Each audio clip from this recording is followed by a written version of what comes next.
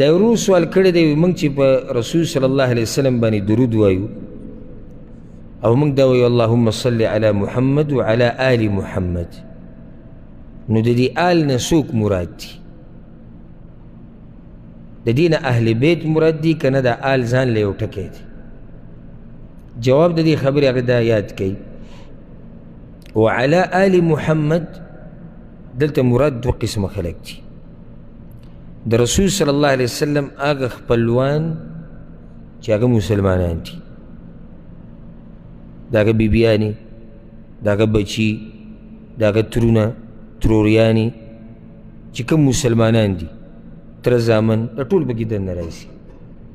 دویم په آل کې دننه هغه خلک راځي کوم خلک چې تابعداري د پیغمبر صلی الله علیه وسلم کوي، یعنې دا ټول مسلمانان چې کوم د هغه په لار روان دي دا هم په دې آل کې دننه راځي. او په هغې دلیل دی یو حدیث کې داسې راځي، اگر که سند کمزوری هم دی لږ خو شواهد ډېر دي، امام سخاوي رحمه الله راوړی دی چې د رسول صلی الله علیه وسلم نه یو کس تپوس وکړو وی یا رسول الله من آل محمد، ای د الله پیغمبره د ستاسو آل څوک دی، اهل څوک دی؟ نو هغه ورته وي کل مؤمن تقي، هر پرهیزګاره مؤمن زما په آل کې دننه راځي. او که چېرته موږ داسې ووایو چې نه صرف د خپلوان مراد دي، صرف د خپلوان، نو ځکه یو عالم یو شعر ویلی د ډېر ناشنا وی آل النبي هم اتباع ملته من الاعاجم والسودان والعرب، آل د پیغمبر هغه تابعدار د پیغمبر دي، که هغه په عجمو کې دي، که په سودان کې دي، او که په عربو کې دي.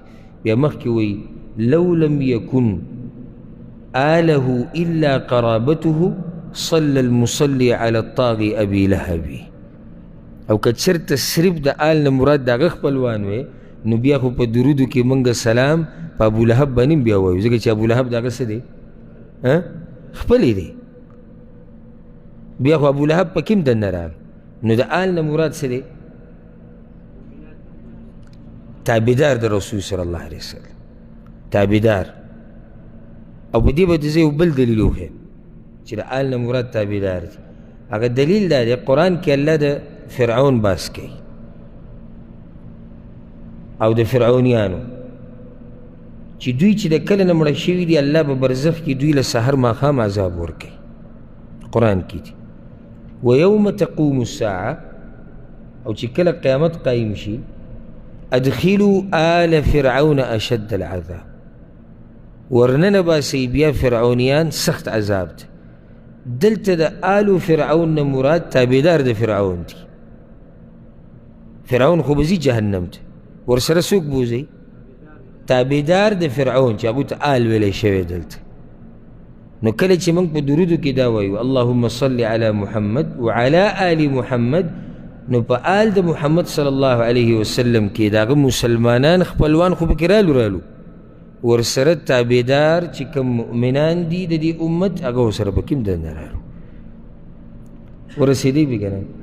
او تابعدارو کې د امت په تابعدارو کې اولني کسان څوک دي؟ هغه صحابه کرام دي. نو په اول سر کې به کې صحابه کرام راشي، بیا په هغې پسې د امت ته نور دینداره مؤمنان چې دي هغوی پکې راشي.